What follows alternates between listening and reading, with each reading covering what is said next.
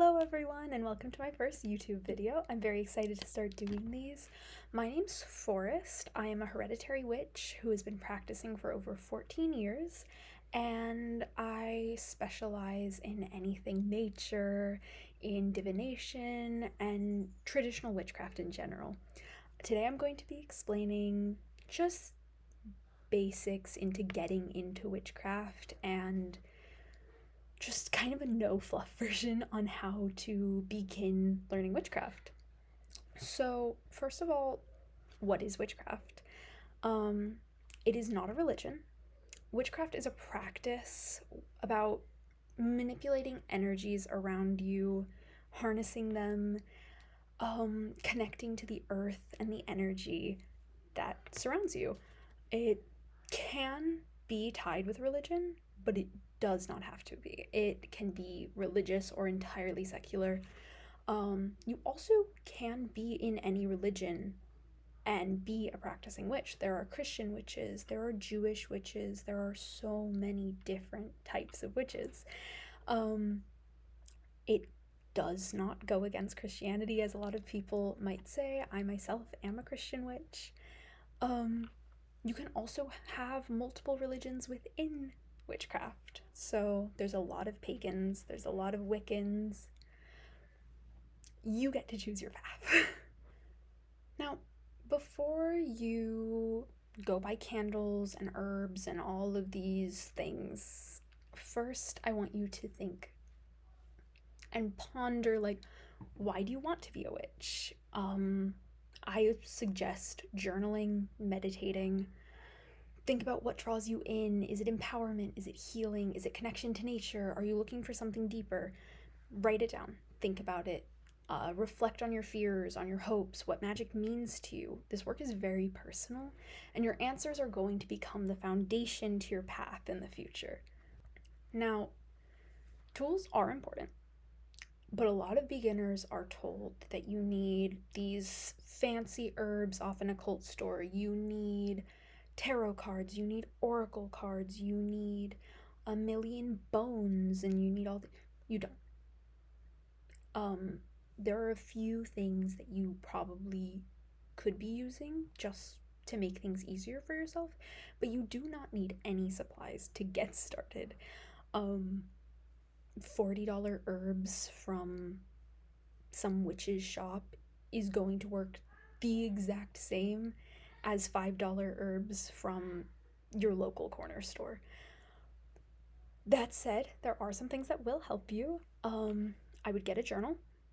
Any journal works. You can decorate it however you want. Doesn't matter. Get a journal to record your dreams, your thoughts, everything. A candle would be nice. There's a lot of spells that involve candles, and you can do a lot with a candle. Any color, any size. There are different color associations with things, but you can learn that later. It's a great beginner thing to learn as well. All you have to do is look it up. It's pretty much the same wherever you go. Salt is great for protection and cleansing, and then a few basic herbs would be nice. Rosemary, bay leaf, anything you're really drawn to. There's some super simple spells you can learn at the beginning with bay leaves, where you just take a bay leaf and you write down what you want, and then you burn it, and that's it. That's the whole spell. It's really easy. So I would just go with those few things. You don't have to. You don't need all of those things, but those are the best, like, beginner things. I think if you got all of that all together, it would probably come out to like anywhere from $15 to $30, so it's really not that bad, and you can get it for less. But again, you do not need those tools. Just a guideline so that you don't go and buy 1 million things all at once. Those witch beginner kits on Amazon are all... they don't work. Just leave the $40 witch kits out of it. Go outside, grab some leaves, you're fine. Now, about learning and resources. This part is very important. The biggest issue I see with beginner witches is that they're getting all of their information from TikTok and from YouTube. And while you can find good witches on TikTok and YouTube, don't just rely on those for your information. You're going to want to look at witchcraft books, and you're going to want to talk to other witches. Talking to witches online is a great place if you don't know any in person. Talking to witches in person, even better. If you can ever find any older witches, that's always the best. But you need to be reading. You need to read from multiple sources. That is the one thing you do have to do as a witch. You do need to research. The lack of research that there is in modern witchcraft has made it where misinformation is spread, where people are falling into a lot of ideas that are pushed out by people experiencing spiritual psychosis. And when we're passing all of that around, you're not learning anything. So go read a book, go read another book. Even if you're reading one book with misinformation, if you're reading enough, you will read enough books to realize what seems to be true here and what is just the outlier. So please beware of online witches. Please beware of online information. Go out into the world. Your intuition is always going to be better than one thing that one person said to you. So if one person is saying, oh, this is the right way and any other way is wrong, don't take it seriously. Listen to your intuition. Listen to other witches. Get a feel for what the entire community thinks rather than just a small group on the internet. Most importantly, don't try to learn it all at once. There is no rush. There is no rush to becoming some masterful witch. You are not going to be moving things with your mind 2 years into this.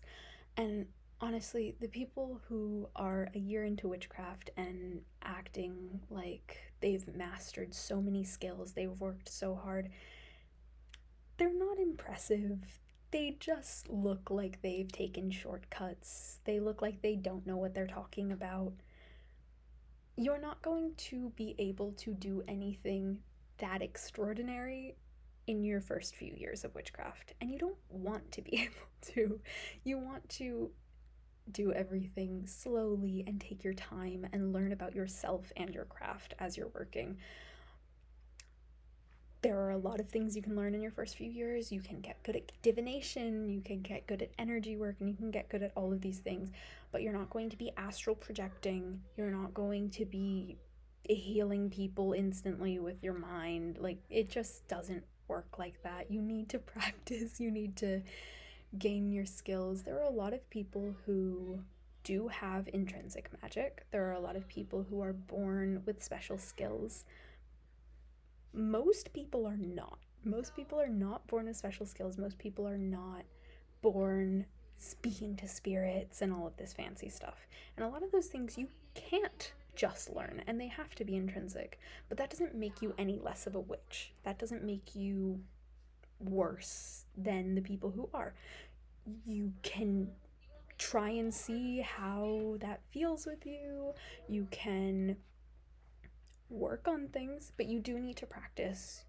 Don't expect to just magically get magic.